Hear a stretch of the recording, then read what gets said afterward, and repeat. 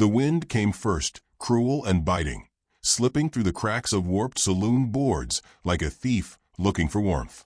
Snow followed, fat and slow, falling sideways under the weight of the Wyoming dusk.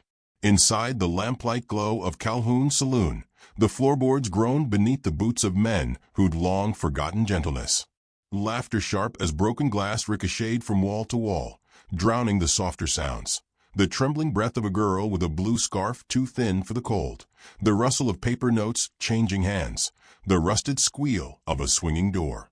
She stood on a makeshift platform fashioned from broken crates, her arms folded across her chest, as if her body might still be hers if she held it tight enough. They'd smeared rouge across her cheeks, pulled her hair into a rough braid, and made her wear boots too large. Somewhere behind her, the barkeep barked her price, not in dollars, but in drinks and debts. No kin, no claim, one night or forever, depends on who's buying. No one remembered her name.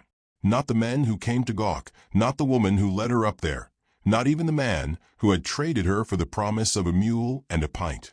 If she still carried it, that name, it lived somewhere behind her eyes, behind the tired stare that neither hoped nor resisted. She had learned that flinching only made the laughter louder. Coins clattered onto the bar. A man with red whiskers and spit-dark lips offered a whiskey bottle and the promise of a warm hand. Another laughed and waved a poker hand in the air, wagering the girl against a full house. The crowd jeered. Someone tossed a coin toward her feet. It missed and rolled, forgotten, under a splintered table leg. Calderholt stepped in like smoke, slow, unnoticed. Snow clung to his shoulders, melting down his collar. He didn't wear a gun, didn't speak. Just nodded once at old Miss Opal, who sat near the stove with a shawl and a glare sharp enough to keep most men honest. He'd come for salt, flour if the prices were fair, maybe kerosene. But then he looked up. It wasn't beauty that stopped him. It wasn't pity. It was something in her stillness, the same quiet he saw in animals just before they broke. Not fear, not fight, just surrender. The kind that carved deep and didn't fill in after. She didn't shift beneath the stairs, didn't plead, didn't blink too much. Her hands trembled once, then were still again. Calder hadn't spoken more than a handful of words that week, most of them to the horses. His place sat 6 miles west, a cabin half-eaten by snowdrifts in time. No one waited for him there. No one asked him for anything. And yet, he stepped closer to the bar. The barkeep, a man named Fossey with a gut like a wine barrel and teeth like corn husks, gave him a grin that didn't reach his eyes. "You bidding Holt?" he asked, already amused. Calder set his coin purse down, not heavy, not full, but enough. Enough for the silence to shift. Fossey stopped smiling. The red-whiskered man stopped leering. "I ain't got change for charity," Fossey sneered. "Not charity," Calder said, voice quiet as frost on a windowpane. "Purchase." The girl's head turned, just slightly, as if hearing something unfamiliar. "She ain't worth half that," the poker man scoffed. Calder didn't argue. He didn't explain. He just looked at Fossey again, steady. The bell above the door rang out once, sharp and solitary, struck by the wind, perhaps, or maybe something more final. Fossey muttered, counted the coins. "Fine," he said. "Yours. Don't bring her back." Calder didn't move toward the girl. He stepped back instead, let the crowd part. No ceremony, no claim, just an open space for her to follow, or not. She hesitated. Just a blink. Then stepped down off the crates, boots clunking like distant thunder. The saloon watched in a hush that wasn't reverent, just confused. No one whistled. No one cheered. It wasn't a rescue. It wasn't a spectacle. It was a man opening a door, and a girl choosing to walk through it. They left as snow swallowed their tracks behind them. She said nothing. He didn't offer conversation. The wind did all the talking, whistling through branches, kicking up drifts along the edge of the trail. After a mile, she pulled her shawl tighter. Calder stopped. Without a word, he took off his coat, thick wool, mended twice, and handed it to her. She hesitated again, then slipped it on. They walked. The moon slid above the clouds like a quiet witness, silvering the path ahead. Somewhere in the distance, a coyote cried. Calder's horse waited where he'd tied it, patient and calm. He mounted, then held a hand down to her. For a moment, she looked at it like it might burn her. But it didn't. And when she took it, it was not with trust, not yet, but with a kind of hollow bravery, the kind that survives because it must. They rode the rest of the way in silence, her arms loosely around his waist, head bowed to the wind. By the time they reached his cabin, logs half buried in white, chimney exhaling soft smoke, it was past midnight. No words passed between them, just a fire lit, a door closed, a bed made up with clean sheets. Calder left her there, retreating to the barn with a lantern and a quiet he hadn't yet named. Inside the cabin, she stood alone. In the glow of firelight, she removed the shawl, then the coat, folded them both, set them carefully on the chair. She looked around the room, the mended quilts, the shelf of books, the boots lined up neatly by the door. Not a cage, not yet a home, but something in between. She lay down, eyes wide open. Somewhere outside, the wind howled. But the bell, she noticed, had stopped ringing. Morning came slowly, the sky smeared in pale bruises of lavender and ash. The fire in the hearth had dwindled to ember crumbs, casting a faint warmth that lingered like a promise. Lena blinked into the stillness. For a heartbeat, she did not know where she was. But there were no shouting men, no chains, no auction bell, only the quiet hiss of snow melting on the window glass. A bowl of stew sat on the table, steam long since gone, but the scent still earthy, rich with something unfamiliar, generosity, perhaps. A small note, crookedly folded and held down by a spoon, read in a spare, square hand. "There's more in the pot. Take what you need. I'll be back before night." She touched the note with her fingertips, not out of sentiment, but disbelief. Words that gave her space, not ownership, not orders. The room around her was plain, wooden walls, wool blankets, patched curtains, but not empty. It was lived in. 2 chairs near the hearth, boots by the door, a book turned face down beside the bed. Not clutter, just a life half-filled. She moved through it quietly, unsure of the rules. Unsure if kindness was just another trap, better disguised. She ate the stew slowly, as if waiting for someone to take it back. Outside, snow hissed against the roof. Wind curled under the eaves. But the place held its ground, like the man who owned it.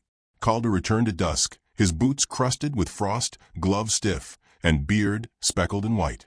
He nodded once when he saw her sitting near the fire. Not surprise, not obligation, just acknowledgement. She nodded back, unsure what that made her, guest burden ghost. He shed his coat, hung it neatly. No words yet, just silence thick as bread dough, needing time and warmth to rise. She expected him to ask. About her past, her scars, her use. He didn't. They shared a meal. He passed the salt. She poured the coffee. Between them, the table was quiet, but not cold. A kind of peace threaded itself through the dusk, slow and deliberate. She noticed how he looked at his plate when he spoke, how he chewed slow like he was used to meals lasting longer than conversation. She noticed the small stitched tear at his shoulder, the clean nails, the way he always pushed his chair in when he stood. He noticed how she kept glancing toward the door, how she flinched when the fire popped too loud, how she didn't finish her bread. Neither said any of it out loud. For 3 days, they circled each other like weather patterns, never colliding, just adjusting to the air. She swept the floor, folded the extra quilt. He chopped wood, fixed the broken latch, always leaving her space, always returning as if he expected she might be gone. She thought about leaving. Often.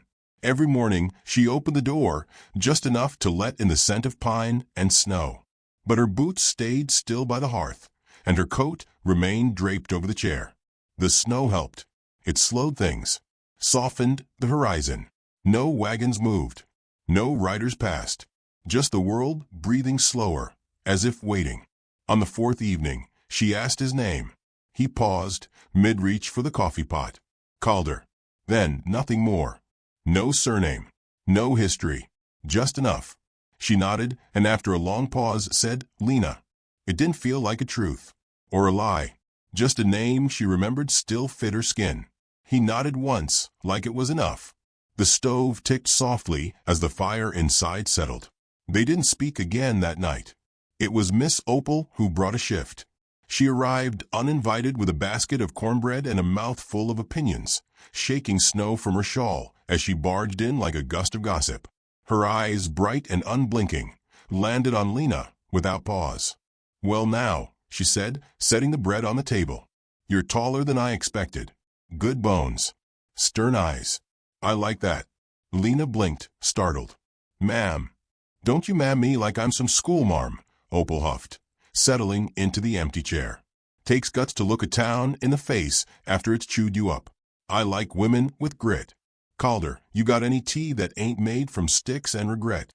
He fetched the tin without protest. Lena watched them. This woman who cut through silence like a blade through winter hide, and this man who led her. Opal leaned in after a sip. "You don't owe anyone your story, girl. But you do owe yourself peace. Whatever that means. Just know this one here," she jerked her chin toward Calder. "He don't rescue things. He just gives them room to breathe. That's rarer than you think." Then she was gone, as sudden as she came, muttering about wolves and widowers on her way out. That night, Lena sat longer by the fire. She watched the flames the way she used to watch rail cars, half dreaming of escape, half dreading the motion. Calder spoke first. "You don't have to do chores. I didn't bring you here to." "I know," she said quietly. He nodded, looking into the fire like it held the rest of what he meant. She asked softly, "Why did you?" He hesitated, then shrugged. "Didn't sit right. Them auctioning you off like you were horse tack. That's not how people ought to be treated." She studied him, not for deceit, but for the quiet sincerity of the thing. "You don't even know me." He looked over, eyes steady, weathered. "Didn't need to." The fire crackled. Outside, wind moaned low through the trees, a lullaby for the broken. She didn't thank him. Not yet. But she stood and fetched 2 more logs, fed the fire until it danced taller. In that flickering glow, he saw her shoulders lower. Not from fatigue, but from a weight finally set down. She didn't speak of her past. Not that night. Not the next. But he noticed she started eating more. She stopped checking the door each hour. She began humming just under her breath while sweeping the corners. He never asked about the tune, and she never asked if she could stay. But one evening, after mending his coat where the seam had given, she set it on the hook and sat back at the fire. "Is there anything you need done tomorrow?" she asked. He looked up from his book, surprised but soft. "Fence rail on the north line's cracked." She nodded. "I'll help." The silence between them wasn't absence. It was presence, full of unspoken things that mattered more than explanation. He didn't smile, but something in him eased. And in her, something began to root. Not love, not yet, but a quiet beginning. The wind outside softened. Spring wasn't near, but the melt had begun. The blizzard swept in without warning, fast and full of rage, blanketing the ranch in white silence. By midday, the sky had turned to pewter, and the wind howled like it had grief to spare. Calder bolted the barn shut, eyes narrowed against the sting, and trudged back toward the cabin, boots vanishing into knee-deep snow that erased every step behind him. Inside, Lena had already lit the fire. It danced steady and strong, casting golden light across the wooden floor. She sat by it, knees drawn up, a blanket around her shoulders, and a stillness that no longer looked like fear. Just listening, watching the flames. When Calder stepped in, shaking snow from his coat, she looked up. No startle, no flinch, just recognition. She moved the kettle to the hottest part of the stove without a word, and he nodded, peeling off his gloves. The cabin felt smaller in the storm, closer. The wind pressed against the walls like a breath held too long, but the fire held its ground. She passed him a tin cup. Tea. Bitter, dark, warm. They drank in quiet. The kind of quiet that didn't need filling. Just shared space. Outside, the wind erased the world. Inside, something unspoken held. "Blizzard'll trap us till morning," Calder said after a while, voice low. She nodded. Seems like the world needed to pause. He looked over at her. Her hair was loose, just slightly, and her cheeks were flushed from the heat of the fire. She looked not unburdened, but no longer braced for a blow. "I don't mind being snowed in," she added, quieter. He didn't reply, just added another log to the fire. She watched him, the way he moved with careful grace. Not because he feared breaking something, but because he respected every inch of what surrounded him. A man used to being alone, used to not filling more space than needed. She turned back to the flames. "You always been out here alone?" "Mostly. No family." "Used to be," he said. "Brother died during the war. Folks gone before that. Had a woman once. She caught fever and didn't stay. Lena didn't ask for more. She knew loss when it walked quietly beside someone, leaving space on a chair, a shelf, a bed." "Did you love her?" she asked, not prying, just wondering aloud. Calder took a moment. "I think I did. But I think we were mostly just two people tired of being lonely." She nodded. That she understood. He leaned back, arms resting loosely on his knees. "I reckon most people settle because they're scared of their own silence." Lena looked over, then really looked. "And you're not?" "I've made peace with mine." She smiled, not big, not bright, but real. "That's rare." He looked at her. "So's a woman who doesn't need to talk to be heard." Their eyes met. A pause. Not charged. Just honest. She turned back to the fire, and after a long beat, she spoke again. "He used to say I was too quiet. Said it meant I was hiding something." "Was he right?" "No," she said softly. "I was just listening for something gentle." Calder's breath hitched in a way that wasn't quite audible. Then softer. "Did you ever find it?" She didn't answer. Not directly. But she shifted closer to the fire, and her voice came slower, unburdened. "My father died when I was 15. My brother sold me for gambling debts. The man who took me, he called it marriage. He never raised a hand when others watched. But when doors closed, I stopped counting bruises." Calder didn't move, didn't interrupt. His hands stayed still, his eyes never left the fire. "One day, he left me outside in the snow. Said I'd learn my place." Her voice cracked just faintly.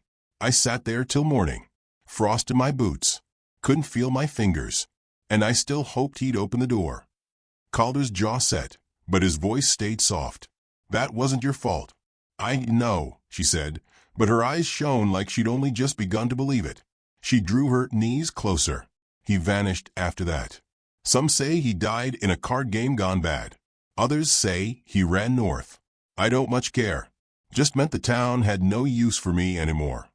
"They auctioned you," Calder said, not as a question, just a stone laid gently on the table. She nodded. "A man's value don't drop if his woman disappears. But a woman with no man? She's either a burden or a bargain." The fire popped. A coal shifted. Outside, wind keened low, like a lullaby hummed by ghosts. Calder leaned forward, elbows on his knees. "I didn't buy you to fix you. I know. I didn't buy you to keep you." She looked at him, her voice like a leaf trembling in thaw. "Then why did you?" He shrugged. "Didn't sit right. No other reason." She let out a breath she hadn't known she'd been holding. Not because she doubted him, but because some part of her needed to hear it spoken.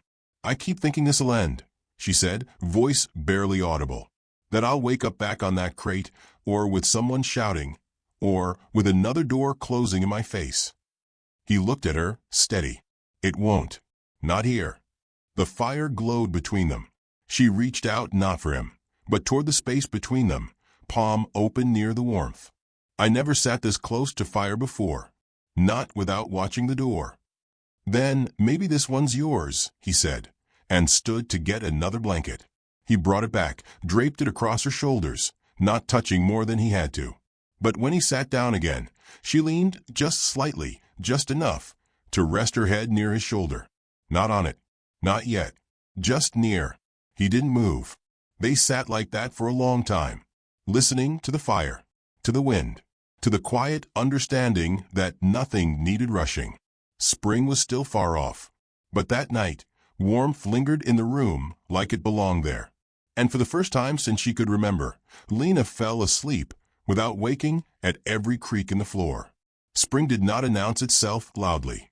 It crept in under the snowmelt, softening the edges of ice and coaxing life from the brittle earth. Buds clung to the branches like held breath. The air still bit, but less cruelly. And Lena, quiet Lena, began to hum again as she swept the porch, slow and steady, her shawl catching sunlight instead of snow. The cabin no longer felt borrowed. She made bread without asking, folded his shirts with the sleeves tucked just so, planted early beans along the fence line. Calder built her a shelf near the fire for her thread and cloth. She hadn't asked for it. He just saw her mending in the corner and thought she might like a place of her own. But the town was watching. First came the sideways glances when Calder rode in for supplies. Then the whispers. Folks who had said nothing when she was on the auction block now had opinions thick as molasses. A man living with an auction bride? Surely she's got him bewitched. Or worse, pregnant. At the general store, Miss Opal barked back louder than the rest. Told old men to mind their damn business. Told women with sharp tongues that they ought to be grateful someone was still choosing kindness. But gossip, once it rolls downhill, gathers mud. Then one day, Calder returned with more than flour and feed. He came home pale beneath the brim of his hat, jaw clenched too tight. Lena met him at the door, wiping her hands on a towel. "What is it?" He took a long time answering. Set the bags down carefully.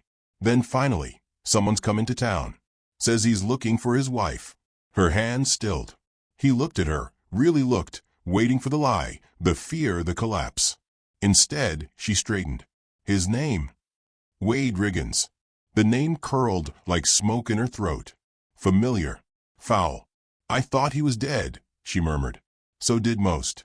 He stepped closer, gently. "You don't have to explain anything to me." She shook her head. "I don't owe you that. But I'm tired of ghosts. He sold me. Left me with nothing but bruises and shame. Said if I ever tried to run, he'd put me in the ground." Calder's voice was quiet. He's not putting anyone anywhere. But Lena's gaze had changed, hardened like river stones under pressure. Later that week, she walked into town herself. Heads turned.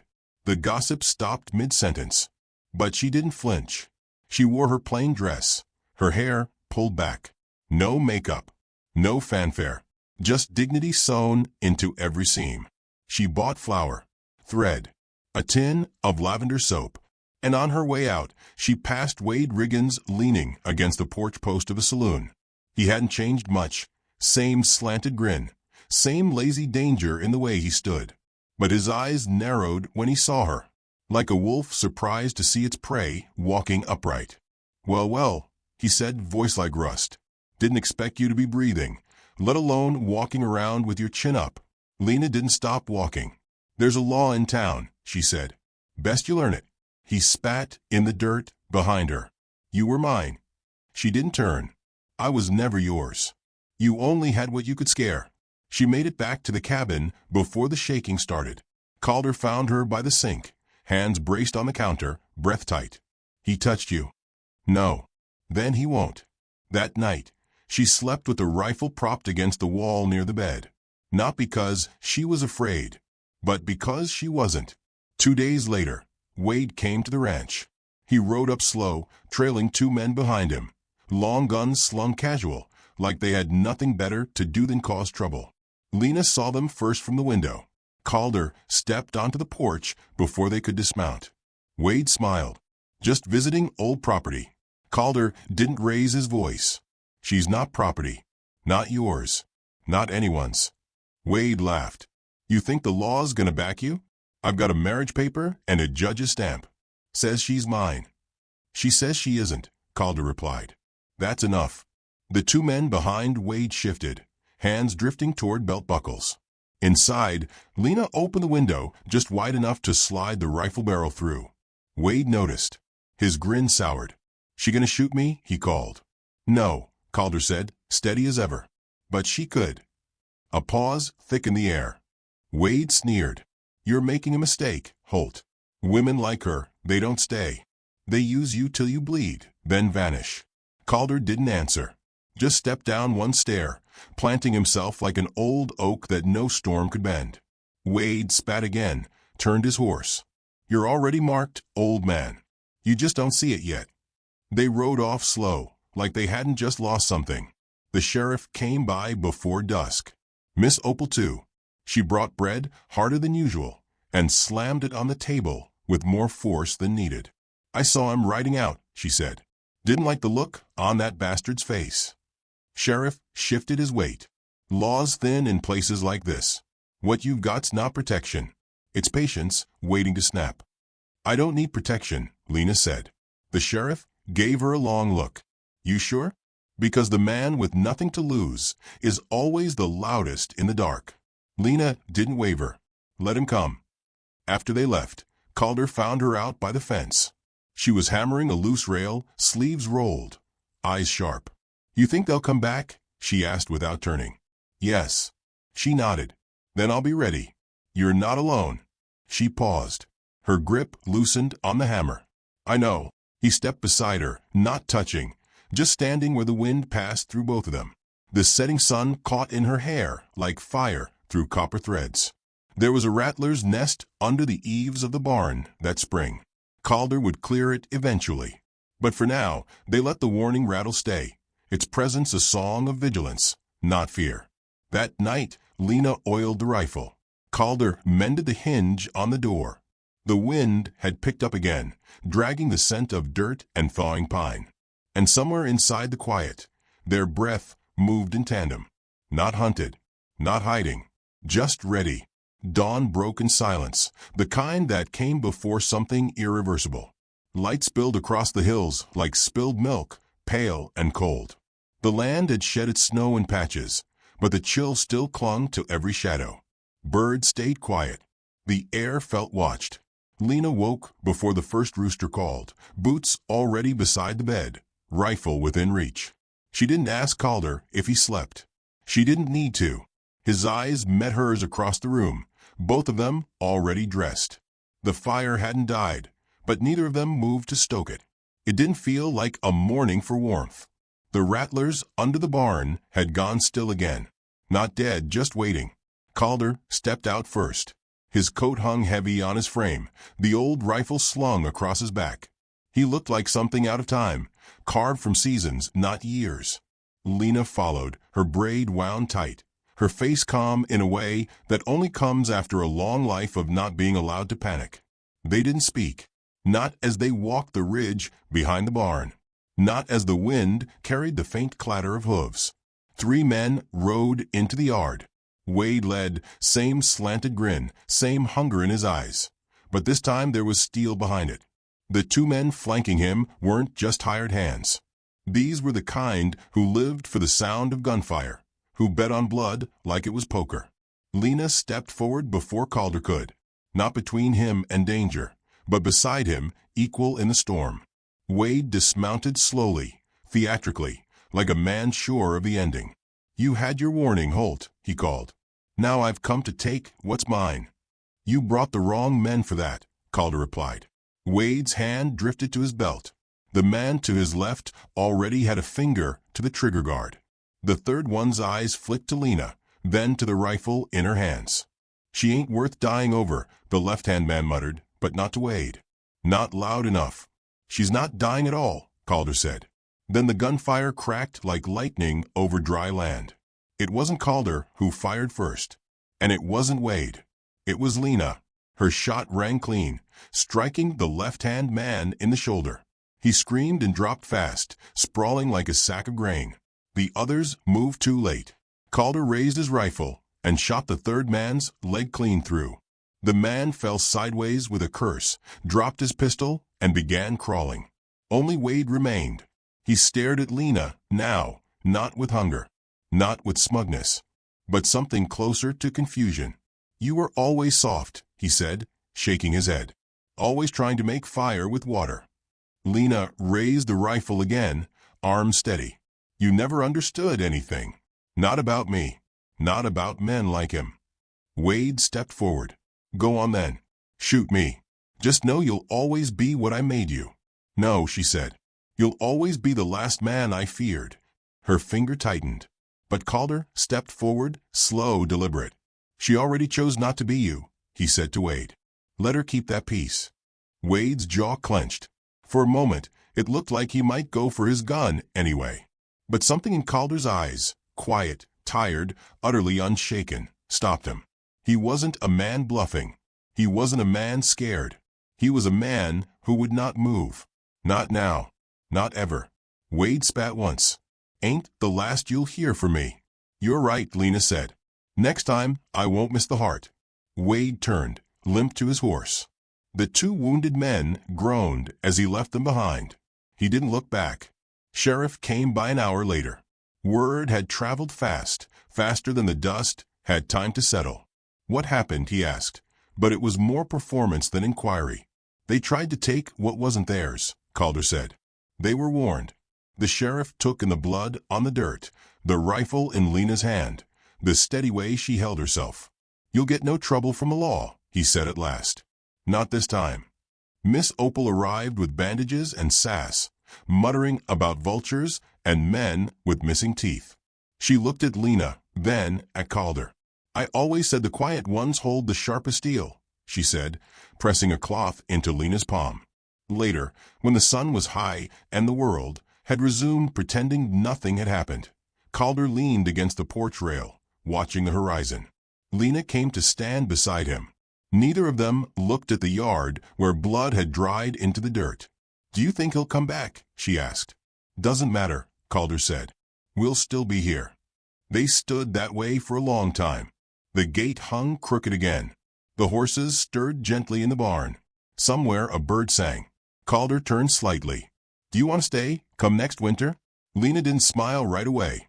She looked at the land, the cabin, the porch worn smooth by boots, and the man who never once asked her to be less. "I reckon I'm already home." He nodded, a small, almost invisible motion. But it was enough. The wind rustled the wheat in the distance. The bell in town, once used for auctions, marriages, and trouble, remained silent. It didn't need to ring anymore. She wasn't being sold. She wasn't being taken. She wasn't running. She had chosen. And for the first time, the choice was hers alone.